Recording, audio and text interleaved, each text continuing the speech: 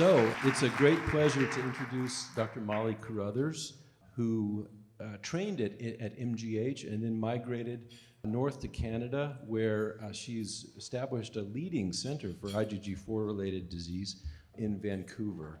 And Mollie is going to talk about understanding the extent of IgG4-related disease and monitoring over time for relapse. Good morning. Yeah, thank you so much for having me. I do have a video in here. I'm not sure that it will work, but we'll see. I'll try. So understanding the extent of the disease and monitoring over time for relapse. And I am joining you from Vancouver, Canada. Here are my disclosures. So I'm going to discuss the typical IgG4-related disease patient journey with focus on the extent of the disease because Dr. Katz did go over that. And why am I going over it? Well, with monitoring, you do a very similar thing, so I want to discuss that. We're going to learn about risk factors for relapse and discover need for retreatment in the disease. So I want you to picture for a moment, this is my back garden, and I love gardening, so I'm going to talk about that. So I just want you to take a moment. You've just been diagnosed, or you have a provisional diagnosis of IgG4. And I'm going to use this picture of my garden as a mirror for your journey. Okay, so this is the winter of your disease, okay? It's snowing. Let's see if my video, So yeah, take a moment, enjoy the snow. I love the snow falling. But you've undergone countless labs, procedures, invasive biopsies, and what now? So you're in a little bit of a pickle. So how do we work up IgG4? Well, we look at your symptoms. We do a full physical exam. We look at your labs and your scans, as Dr. Katz talked about. Now, I want you to look again at the snow. And again, as a mirror, you could look at this snow and think, oh my God, I got a shovel. This is such a pain. How am I going to get to work, But the other way to think of it is on the corner up above here, there's a hill, and my kids use their sleds down the hill. Or, hey, we're going to go up on the mountains. I'm in Vancouver, British Columbia. We're going to go ski, right?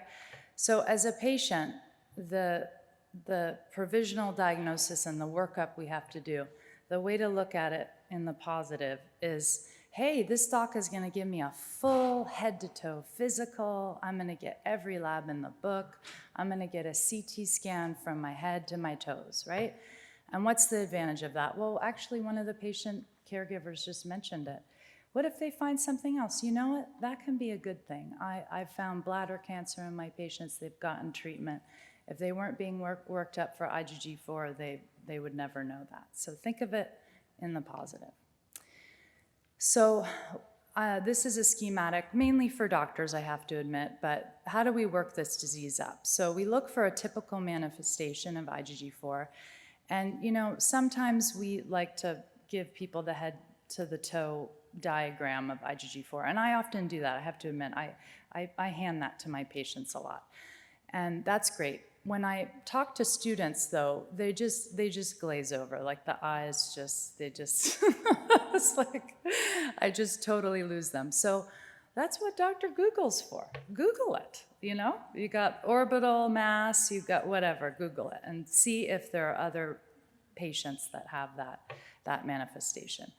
Then to the right in the yellow, I look for a serum IgG4. Is it high? Is it low? And then I almost always obtain a histopathologic biopsy, which, as been mentioned, isn't easy. And then going to the blue, I look for extra organ involvement with the physical, the labs, and the pan scan.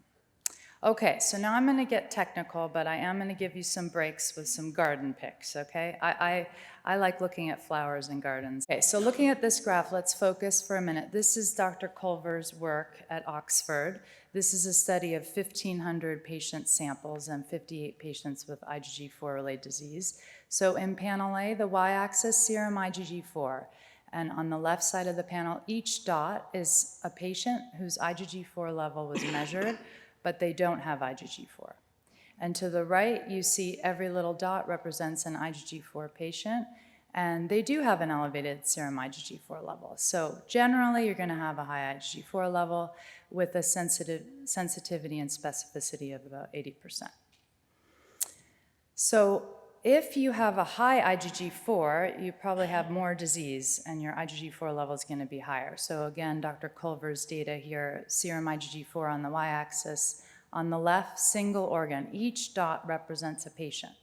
So in other words, in this left panel, if you have single organ disease, you're generally going to have an IgG4 level of 1.5. That's that big, long horizontal line. And to the right, you see multi-organ involvement. And generally, your IgG4 level will be about 10. So higher IgG4, higher disease level. More IgG4, higher relapse rate. So at baseline, serum IgG4 levels on the y-axis, again, each dot representing a patient. And so 30 patients who are going to relapse later have a baseline IgG4 of 10, and then no relapse. They're going to have a baseline that's lower. So other labs to follow, this study was mentioned. We can look at IgE, eosinophils, IgG4. I have to say that this has been mentioned, but this is a subset of patients that have high IgE or high eosinophils, so that might not be right for you. Okay, back to gardens, much more fun. Okay, so now you've gotten your diagnosis, you've gotten your workup, and you're moving towards treatment now. So looking in the garden, let's take a moment to enjoy this. So we've got the wisteria at the top, the vine coming down with the purple. In the front, we have some purple columbine and then some pink rhododendron, which grows very well in Vancouver, even though it's from South America. So with treatment, IgG4 levels do fall but do not normalize, and perfection is the enemy of good, because this is a question I get a lot from patients, from other doctors. Okay, I've undergone treatment. Why isn't my IgG4 level normal? Don't sweat it. Look at the flowers. Okay, so I often give this handout to my patients. Actually, this is a clinical trial of 30 patients. And each of these lines, like the dots represented patients, each of these lines, these colored lines, is a patient, okay? So on the left is baseline, meaning before, this is rituximab treatment. And then primary outcome is at 6 months after rituximab treatment. And you can see somebody went from 5,000 to 1,000, but most people 4,000 to 2,000. 1,000 to 500, somewhere in there. So I tell patients, okay, expect about a 50% drop, and then that's very good news.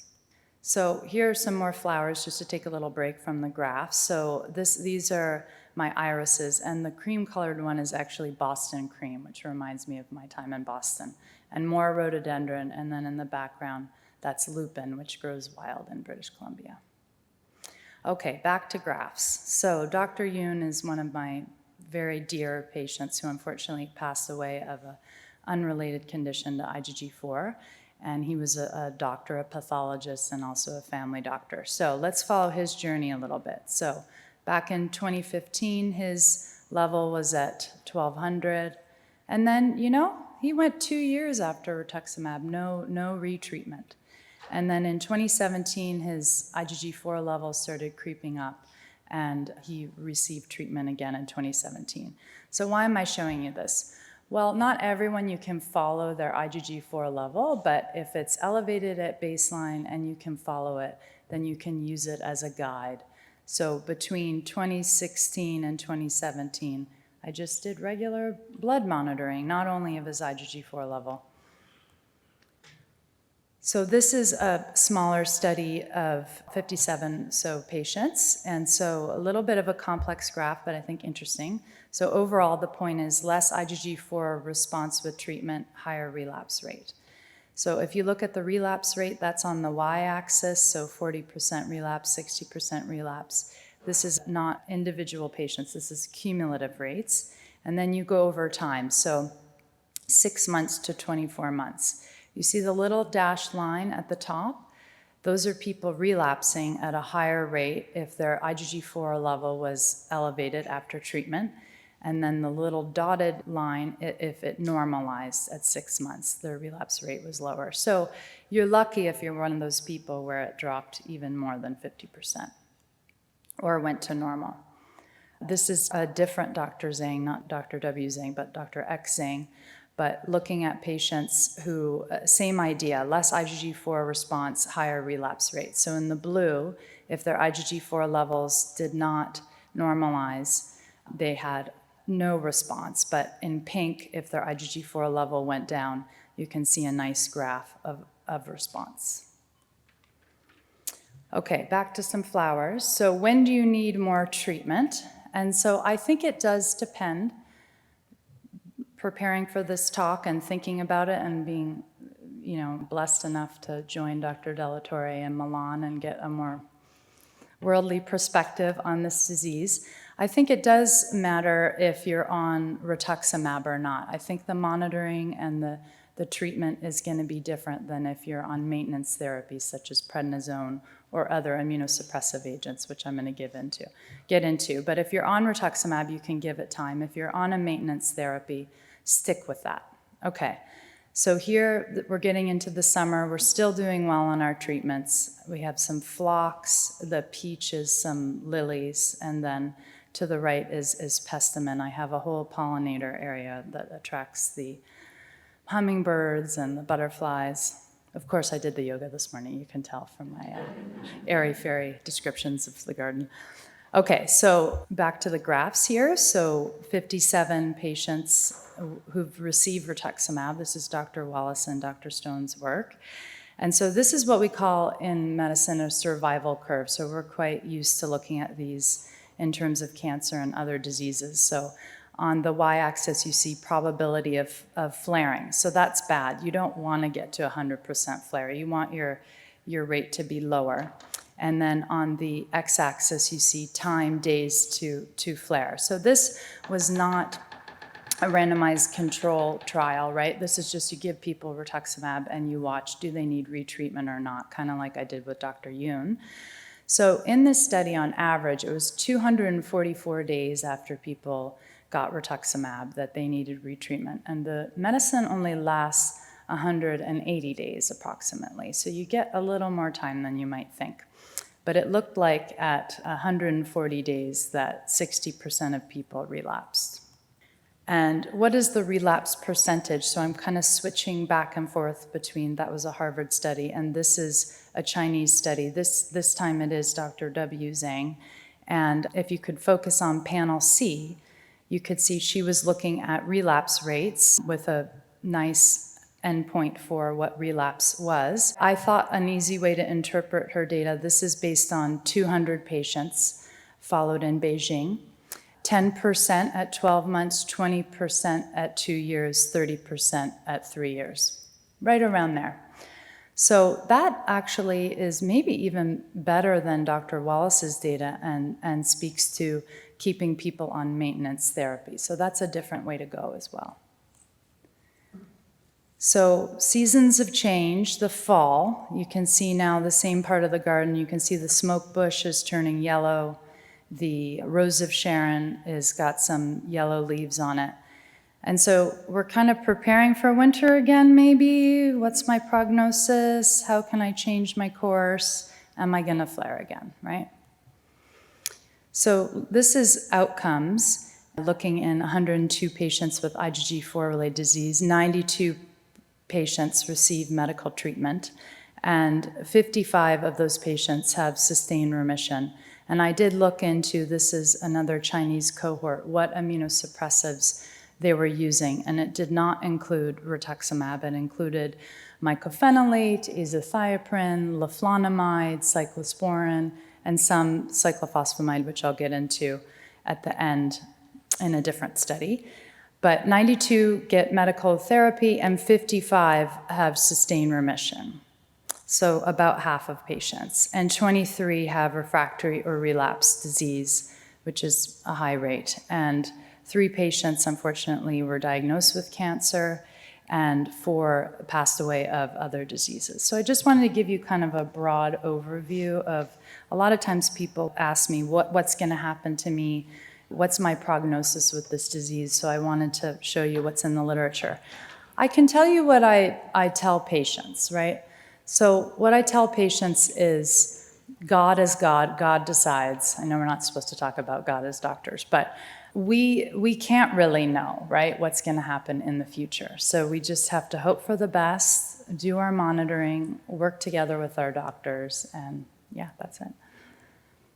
So drug withdrawal, so from this same study looking at of 100 patients approximately, in panel A, refractory and relapse disease rate, so very similar to the other on the y-axis. So 60% relapse rate, 40% relapse rate. GC is glucocorticoids or prednisone. IM is immunosuppressants, which I just listed, glucocorticoids, and then drug withdrawal. So you can see if you combine prednisone with another maintenance immunosuppressant pill, you do better. That's the light blue. You have a lower relapse rate at 20% than those in gray, glucocorticoids. And then drug withdrawal. I thought this was interesting that drug withdrawal was looked at. And the way I read this is, you know, please listen to your doctor and don't come off your meds. And so in black, you can see up to a 60% relapse rate with drug withdrawal. And panel B just shows a similar thing, although it's not as clear as in panel A. So I wanted to touch just briefly, this is back to Dr. Xing's proportion, it's 171 patients, but what kind of treatments are being used? And so in this pie graph on the left, 64% of patients in blue were on glucocorticoids alone. And the orange, 18.71%, that is those receiving cyclophosphamide, which is a very strong chemotherapeutic agent. So I just wanted to highlight that maybe we don't do things the same everywhere in the world, and that is the same in Canada. I often will use glucocorticoids and pills. And then looking to the right, the panel of recurrence rate, you can see in blue is glucocorticoids, and then in orange is any immunosuppressant, and again showing that adding a pill to the prednisone is better than it is alone. So in conclusion, seasons of change, so you can see kind of trying to do the same angle, the winter, then the spring, summer, and then the fall. So what does that mean? So in the winter, we're going to monitor your IgG4 levels along with other manifestations of the disease. In the spring, we're going to think about what our IgG4 level is doing or what our mass is doing on CT scan. Often, actually, it's a similar thing, 50% shrinkage. In the summer, we're going to look for relapse, although it's unpredictable. And in the fall, we're going to tell you to stay on your medicines. Yeah, that's it.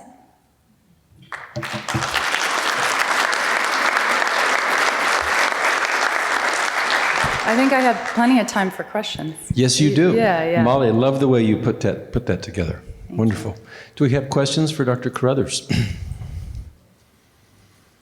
I have one for you, Mollie. How do you approach the monitoring of patients who have been treated with B-cell depletion, with rituximab, as opposed to being on MMF or maybe just prednisone alone? Is there a different approach, or is it basically the same approach? No, I think it's quite different, because I think you never get, I don't see 50% drops typically with prednisone plus mycophenolate and the IgG4 level. So it's almost like, I feel like they're always just kind of grumbling. Yeah. So the minute I stop those meds, they're going to flare. Kind of like this study I just showed you where they just drug withdrawal and they immediately flare. Right here. So this is what pills is like. Whereas I showed you in the graph what Ritux was like. You can get 2 years. I mean, if I was a patient, I would have a good relationship with my doctor and trust them. And if I didn't like them, I'd go get a new one. I actually talked to someone about that. That's good advice. At this conference. Because it is a relationship like any other. So it has to be good. How do you interpret that difference, the B-cell depletion versus DMARD therapy? Do you think that B-cell depletion is in fact controls the disease better, establishes a more sound remission? Well, yeah, it's a good point that where I am, it is a bit east meets Wes because I have a lot of Asian patients and Asian doctors that I'm working with, and then our approach is a mixture. So I must use immunosuppressant pills for about 6 months before the government will grant me access to rituximab. So I do have more experience with immunosuppressant pills. Now, when I first moved to Canada, I thought, well, maybe John Stone is wrong, which is always the wrong thing to think, say. I do stand on the shoulders of giants like John and Arazu and Emma and Dr. Zhang. So yeah, thank you. Anyway, so when I got to Canada and I had to use them, I didn't want to do a study of the mycophenolate because I thought that it only worked about half the time. Whereas I saw rituximab, like in that study we did, was more like 97%. So, in other words, John, you're always right. Oh, no. And that's not the right conclusion. Number one. And number two, yes, it does work better. Yes, Michael Bamber. Can you give us any insight at all of why some of us are on rituximab every 3 months while others can go for 3 years? And see, that's when I brought in God, right? That was my God moment. Yeah. Is there association with the type of organ affected? Well, I did speak to that a little bit with the graphs. I hope that the graphs were interpretable. No, that's okay. Basically, if you have more organ involvement, if your IgG4 level is higher, so in other words, if you have a higher disease burden, then you're more likely to require things like rituximab every 3 months. So it's, yeah. So it's more the number of organs affected rather than a particular organ. It seems that way, yeah. And Dr. Delatorre and Wallace and Stone published a paper on phenotypes, which is, and there are 4 of them. And there's a systemic IgG4 phenotype that we do think can be, well, not necessarily refractory to treatment, but a little bit higher disease burden, yeah. So I was intrigued by your slide that showed 5 patients untreated with complete resection of lesion or tissue, 4 patients remission, 1 relapse, because I had a long run. Is this one? Took it out, yep. Okay. Yes. So I had a long nodule, they took it out, and one of my doctors said, 10 to 20% of the time it doesn't come back. And then my rheumatologist was like, no, that's not right, it's probably going to come back. So can you give me any insight into that statistic at all, or it just speaks for itself, maybe? Maybe tell me your story specifically. Maybe So I had a lung nodule, Yes. and they removed 20% of my lower left lobe. Yes. And the tissue surrounding, and biopsied it, and it was textbook. They told me IgG4 related disease. They said the lab was very excited because they never had seen that before in that particular lab. Oh, okay. Where are you coming from? It was at Holy Cross, just across the river in Maryland. Oh, okay. Yeah. So, and my pulmonologist was like, this could be a one and done. And my cardiothoracic surgeon also said, this could be a one and done.